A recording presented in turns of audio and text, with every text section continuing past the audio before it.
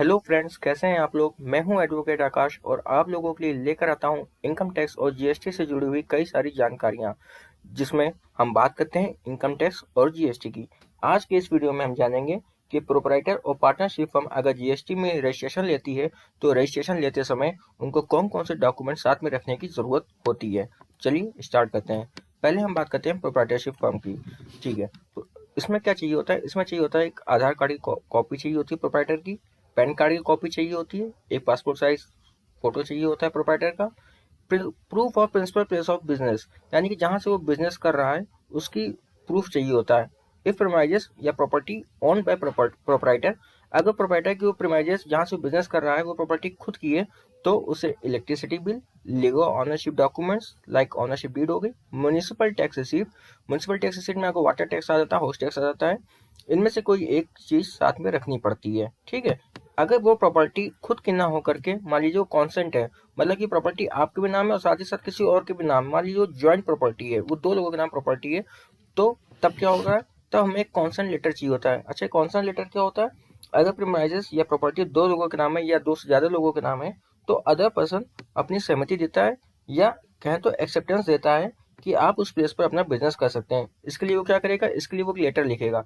इसके लिए वो लेटर लिखेगा कि आप इस जगह से बिजनेस कर सकते हैं। ये लेटर जो है स्टैम्प पेपर में लिखेगा और वो स्टैम्प पेपर नोटराइज होगा। ठीक है, इसके साथ साथ electricity bill, legal ownership documents like ownership deed होगी, म्युनिसिपल टैक्स रिसीट, इनमें से कोई एक चीज चाहिए होती है आपको। ठीक है, तो अगर कॉन्सेंट है या शेयर्ड है तो आपको कॉन्सेंट लेटर लेना होगा। ठीक है, इफ प्रीमाइजेस रेंटेड और लीज, अगर मान लीजिए वो प्रॉपर्टी जहां से बिजनेस कर रहे हैं अगर वो अपने रेंट पे लिए या लीज पे लिए, तब हमें रेंट एग्रीमेंट या लीज एग्रीमेंट की कॉपी चाहिए होगी। ठीक है, electricity bill, legal ownership documents like ownership deed, municipal tax receipt, बाकी चीजें सेम रहती हैं। ठीक है, अगर आपने प्रॉपर्टी रेंट पे ली है, लीज पे ली है, तो आपको रेंट एग्रीमेंट या लीज एग्रीमेंट की कॉपी चाहिए होगी। ठीक है, तो इतने ही डॉक्यूमेंट्स चाहिए होते हैं प्रोप्राइटरशिप में। ठीक है, अगर आप जीएसटी में रजिस्ट्रेशन ले रहे हैं, क्या क्या है मैं एक बार फिर से रिपीट करता हूँ। आधार कार्ड की कॉपी, पैन कार्ड की कॉपी, एक फोटो चाहिए होगा प्रोप्राइटर का, proof of principal place of business, वो क्या क्या हो सकते हैं, इलेक्ट्रिसिटी बिल हो सकती है, ऑनरशिप डीड हो सकती है, म्युनिसिपल टैक्स रिसीप्ट हो सकती है अगर ये प्रॉपर्टी आपकी खुद की है।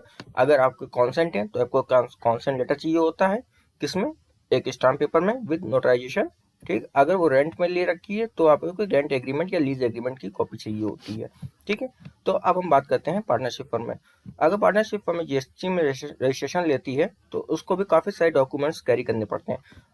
क्या क्या चाहिए होते हैं, आधार कार्ड की कॉपी चाहिए होती है सारे पार्टनर्स की, जितने भी पार्टनर्स हैं उन सबकी आधार की कॉपी चाहिए होती है।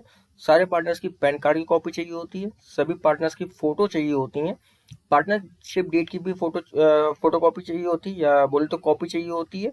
अथोराइजेशन लेटर चाहिए होता है।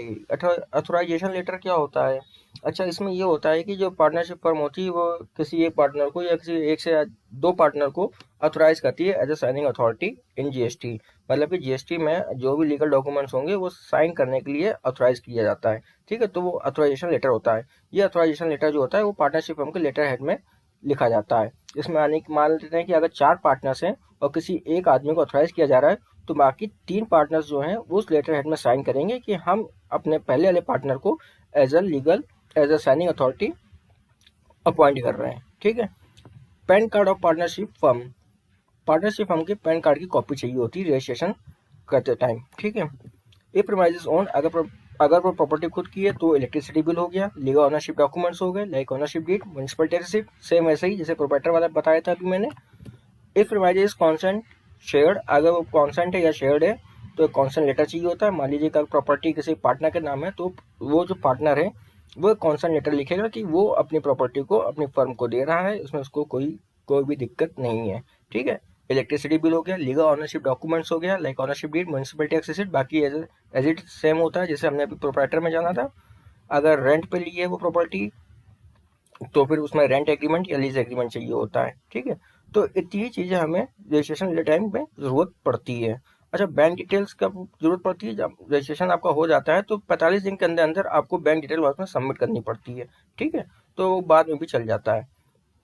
तो मैं एक बार फिर से आपको रिवीजन करा देता हूँ कि पार्टनरशिप में जीएसटी में रजिस्ट्रेशन लेते समय कौन कौन से डॉक्यूमेंट चाहिए होंगे। आधार कार्ड की कॉपी सारे पार्टनर्स की, पैन कार्ड की कॉपी सारे पार्टनर्स की, फोटो चाहिए होती है सारे पार्टनर्स की, पार्टनरशिप डीड की कॉपी चाहिए होती, ऑथोराइजेशन लेटर चाहिए होता है, पैन कार्ड की कॉपी चाहिए होती है पार्टनरशिप फर्म की।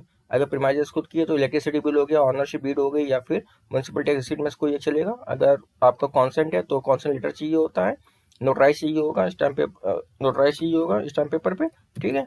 और प्रीमाइजेस अगर रेंट है तो वो रेंट एग्रीमेंट चाहिए होगा। इतनी ही चीज़ें आपकी ज़रूरत पड़ती है जब आप प्रोप्राइटरशिप में या फिर as a partnership firm GST में रजिस्ट्रेशन लेते हैं, ठीक है। आई होप आपको ये समझ में आया होगा। अगर आप ऐसे ही आगे वीडियो चाहते हैं और चाहते हैं कि आपको जीएसटी और इनकम टैक्स के बारे में और भी नॉलेज हो तो प्लीज़ मेरे चैनल को सब्सक्राइब जरूर करिएगा। Thank you.